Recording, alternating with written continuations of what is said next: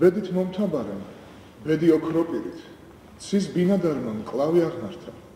სამი პოეტი პატრიარქის წინაშე საკუთარი ლექსებით პირველად წარსდგა. უწმინდესთან შეხვედრის სურვილი დიდი იყო, თუმცა ორდენის წევრებმა აუდიენციის თხოვნა თავად ვერ გაბედეს. ინიციატივა პატრიარქისგან წამოვიდა. ეს არის ნამდვილად გენიალური მიგნება და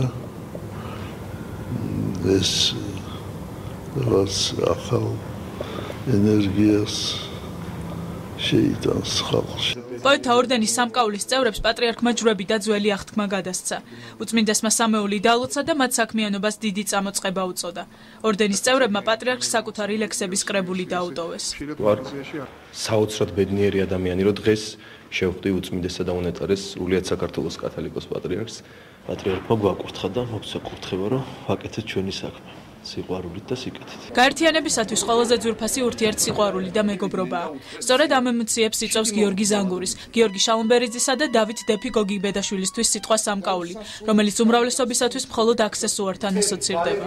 პოეზია სწორედ ეს არის ჩვენთვის. ძვირფასეულობა და არამორთულობა, სწორედ ეს არის სამკაული, რაც მე და შენ გვაახლოვებს, რითაც ვიცნობ ჩვენ ერთმანეთს სიყვარული. პოეტთა ორდენი 4 სტიქიას აერთიანებს: წყალი, მიწა, ჰაერი და ცეცხლი. ესაა პოეტთა შემოქმედების მუზაც. სტიქიები მათ საქმიანობას განსაზღვრავენ. ხელოვანთა ტრიო საღამოებს მხოლოდ ნიშნების მიხედვით მართავს. ახალგაზრდების გარდა დიდ აუდიტორიასთან ერთად მათ პოეზიას ცნობილი სახეებიც ისმენენ. ჩემთვის წარმოუდგენელი რამე ვნახე მე დღეს და მოვისმინე, იმიტომ რომ თბილისში მე პოეზია საერთოდ არ მეგონა. პოეტთა ორდენის სამკაული 2004 წლის ზაფხულში ლადო ასათიანის ძეგლთან დადებული ფიცით დაარსდა. იმ დღიდან ერთმანეთს ნეორომანტიული, იდეალისტური, კლასიკური ლექსების საღამოები ცვლის. მალე მათი პოეზია 2 დისკიან აუდიოთეკად იქცევა. სავარაუდოდ სამკაულის სახელით და 3 პოეტის ავტოგრაფით.